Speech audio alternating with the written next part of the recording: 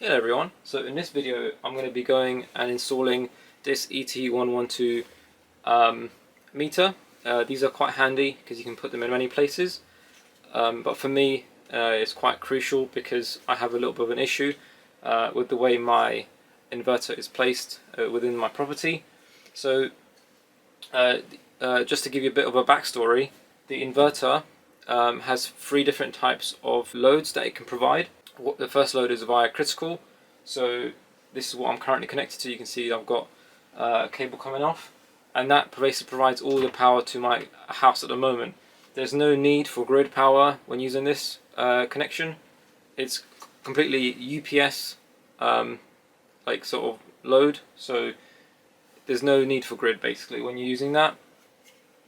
If I then try and switch to AC out 2, you need a grid, because what that does is supplements your grid power to your consumer unit. So if you, for example, have a large house but your inverter is quite small, you would want to use that because your inverter might not be capable of providing all your loads. So you have your critical and normal loads. So then what is the first one for then? So your AC in. That's a bit sort of deceiving name because it can actually provide in and out. But what that is primarily used for is when you're using a hybrid system, you provide your grid power in there. So why can't I just like plug in two cables, so have one for AC in, have that as my grid in, and then have AC out 2 or one as my load.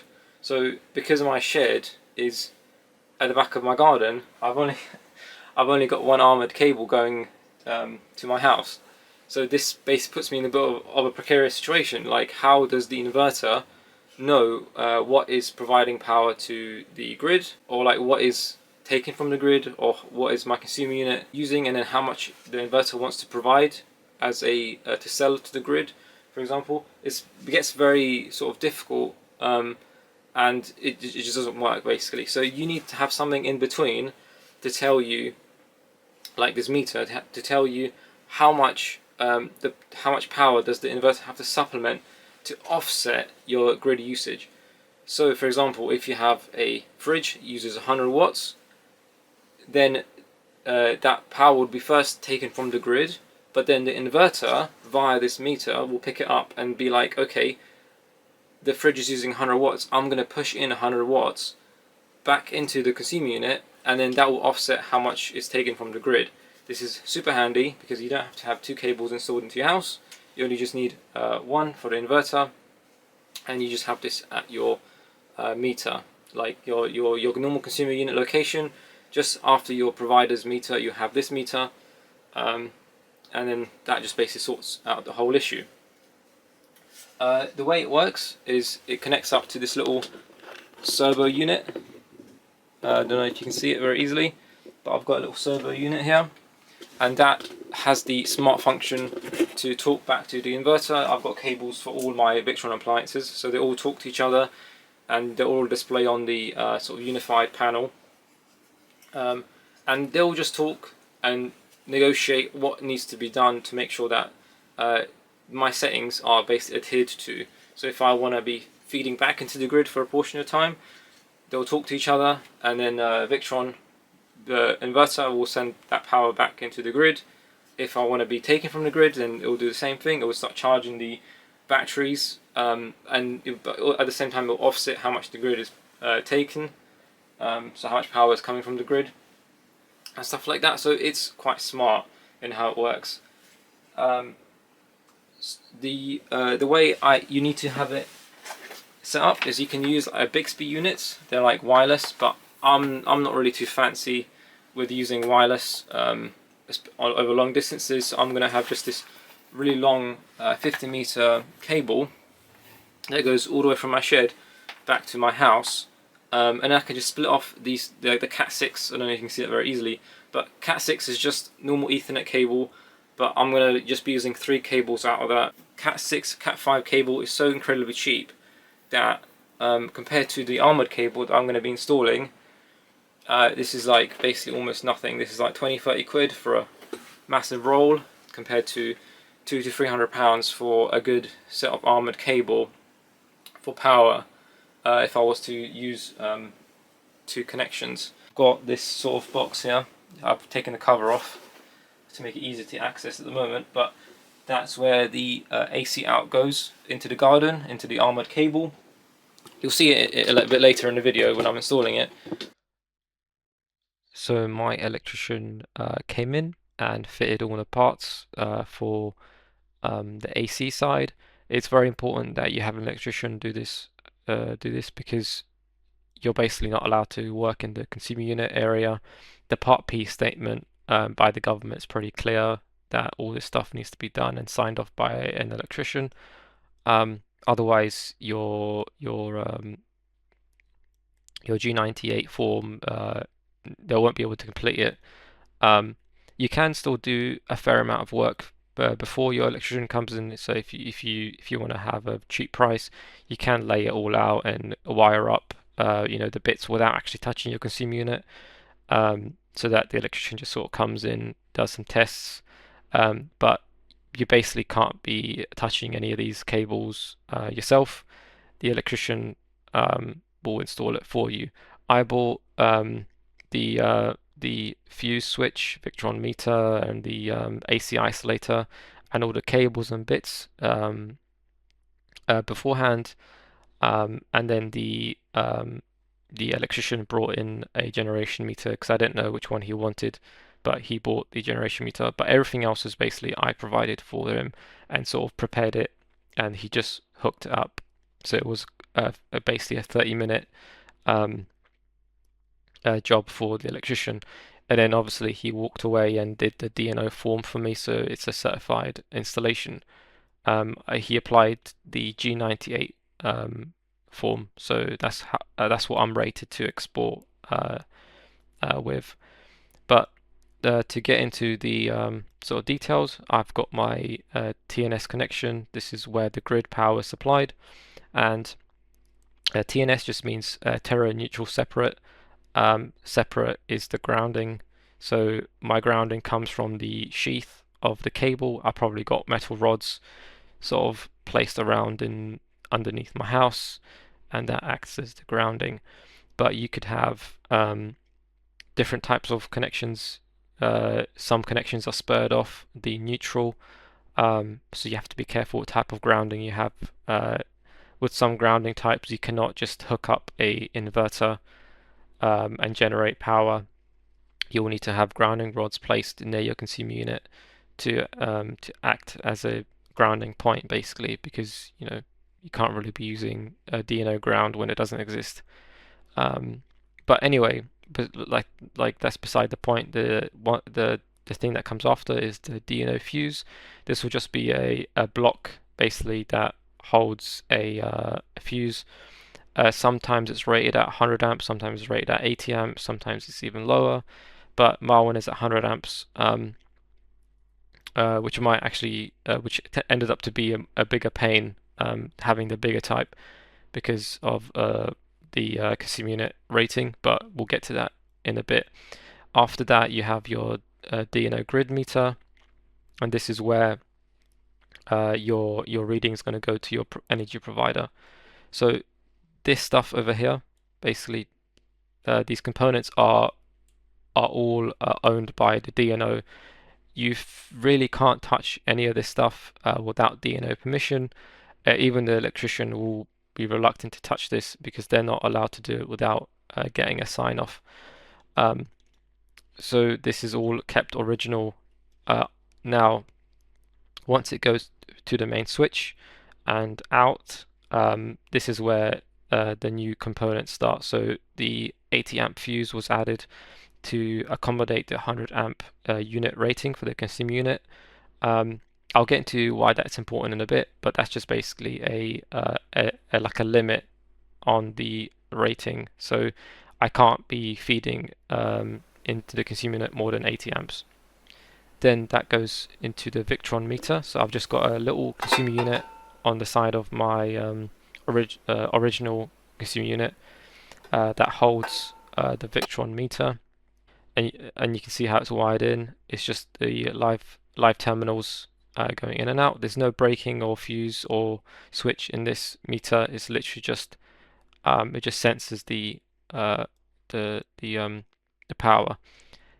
I've got my Cat 5 or Cat 6 cable going into the servo unit, so this runs all the way through my house, through my garden, back into the shed where the servo is.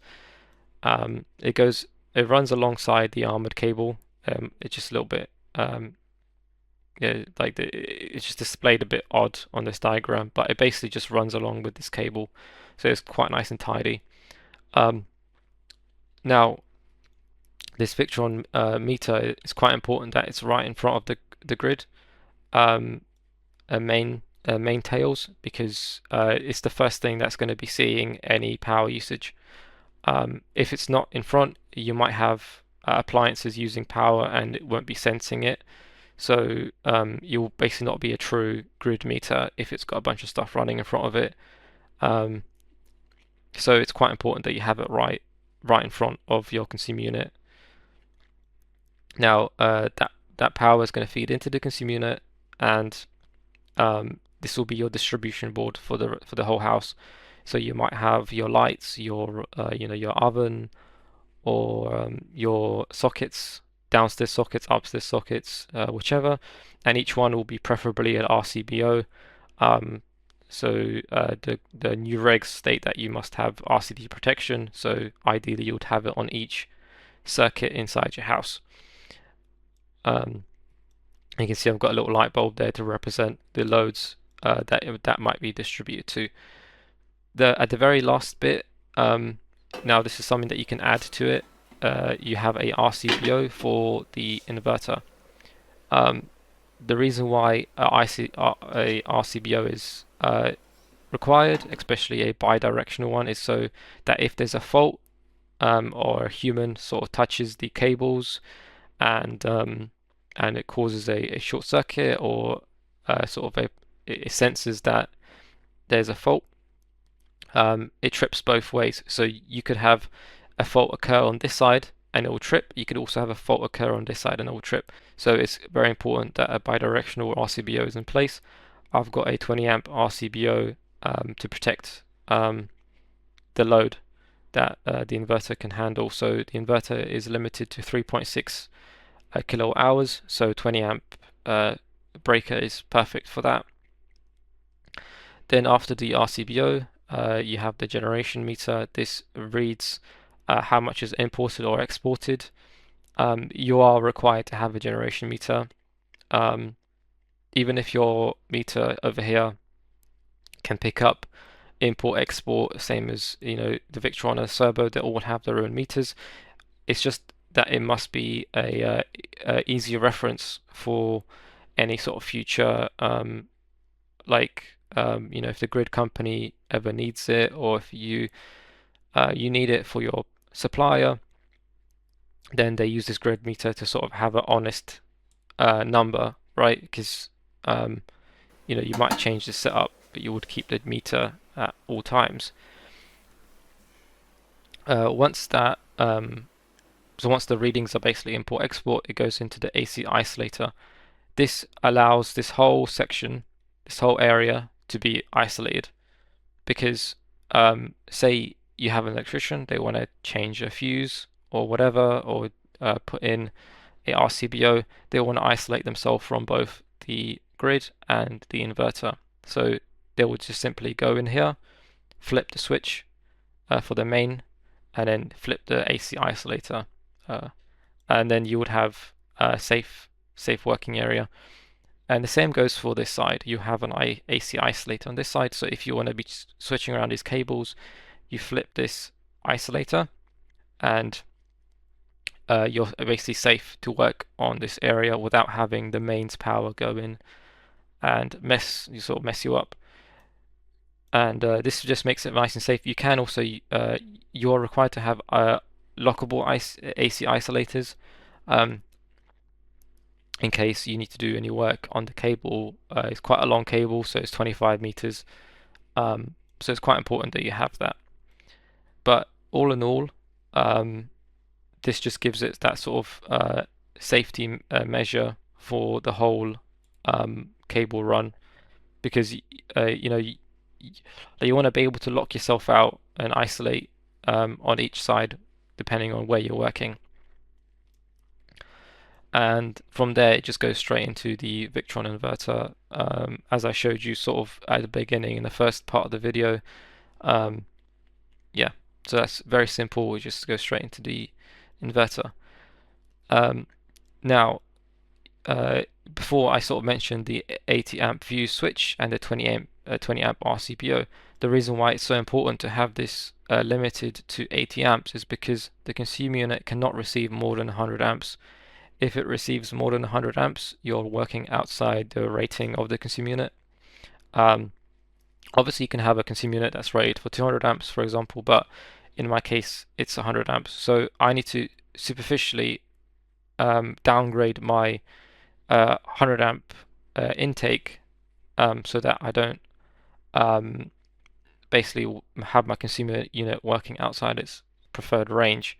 So this 80 amp fuse protects that, because at no point will there be more than that. So 20 amps plus 80 amps is 100 amps, and that's exactly what my consumer unit rating is at. So that's basically perfect. If I didn't have this fuse and this was 120 amps, then that could be a problem. So that's just there to protect that. Like, I'm not going to go too much into the working of this DC side, but I do have a separate ground because I do have critical loads set up in the Victron inverter. I've got another cable that goes into some appliances and the shed itself. So I do have a separate ground, but they're so far away that they don't really interact with each other. This is, like I said, 20 to 30 meters away from the main ground. So I'm not too worried about interference with the different groundings. But say if I isolated myself on this side, I still want to have grounding because of because it's isolated, the grounding is basically gone. So this protects me from that. If I need to change this cable out, my critical loads do not get interrupted, and I'm still safe because I've got this separate grounding. This grounding is also what grounds my solar panels and everything else. So that's basically how it's set up. Now, to have it all work with the Victron system, you have to do a little bit of extra work, because at the moment, when you just install these components, they don't actually know what's going on. Like, this meter is just like a meter. It doesn't know if it's a grid meter or a different sort of meter. You have to tell it what type it is. So to do that, you go on your settings. So this is the servo sort of communicating all this to the Victron portal. You go on device list and then remote VE configure. From here, you can just download the configuration. And then if I go on the Victron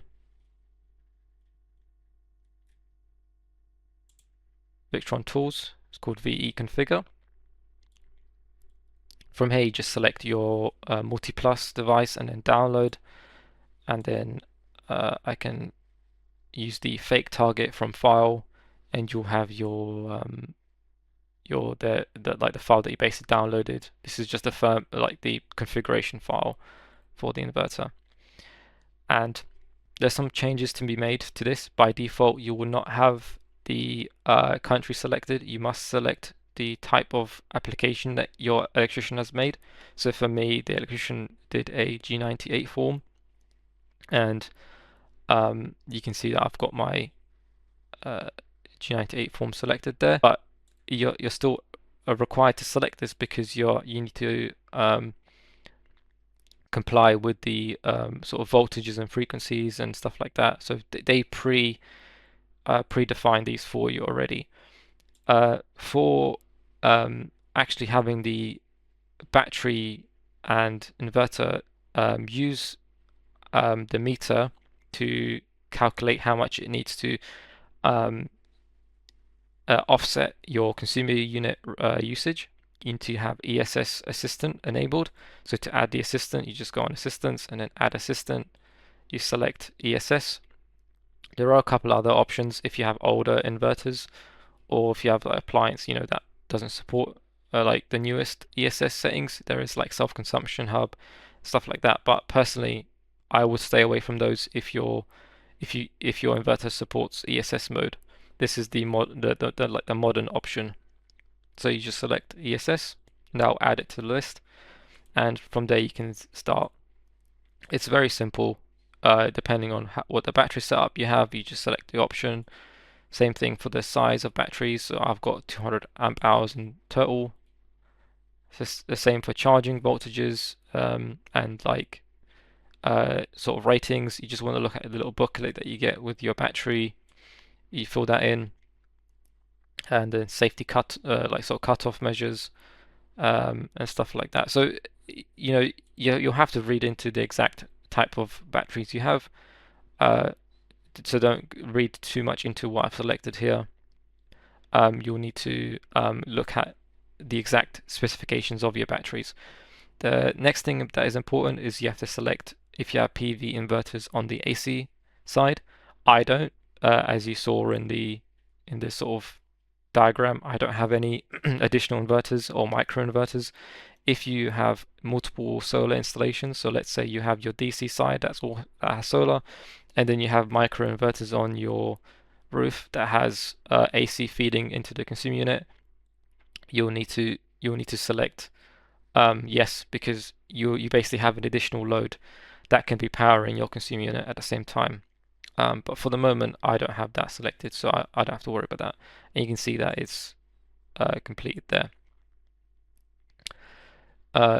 And yeah, there you go. So that's all done, and that's basically it. You might get told to enable to have ESS enabled. You'll have to have this ticked. Otherwise, you might get a pop-up, but it will tell you anyway what to select. So I've just selected do not use VS. Virtual switch is like a way like a way the Victron inverter knows how to use the AC input. So we've got that disabled because the assistant takes care of that now. It's a different type of system.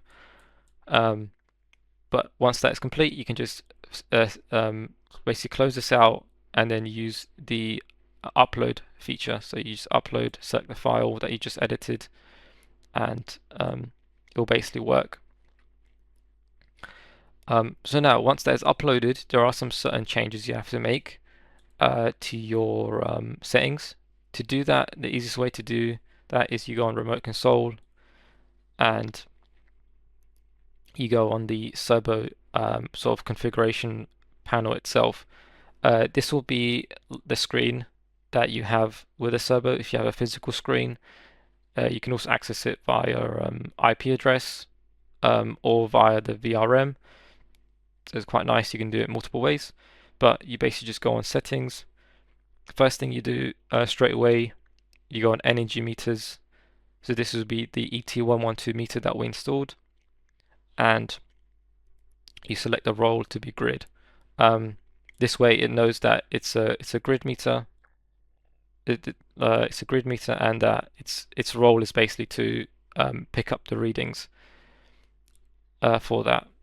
The next thing you want to do is you want to go on, I believe it's system setup, and you want to ensure that your AC input 1 is selected to grid. If you don't have this selected, the AC input 1 is not, it doesn't know what its role is basically as well, because you can have multiple ways of powering your inverter. So you could have a generator, you could have shore power. The way you want is just to have it selected as grid. If you have a similar situation to me where you have an inverter that's trying to supplement your house consumption unit whilst it's connected up to the grid. And then from there, it should just basically have no errors. It should be all sort of happy and working away.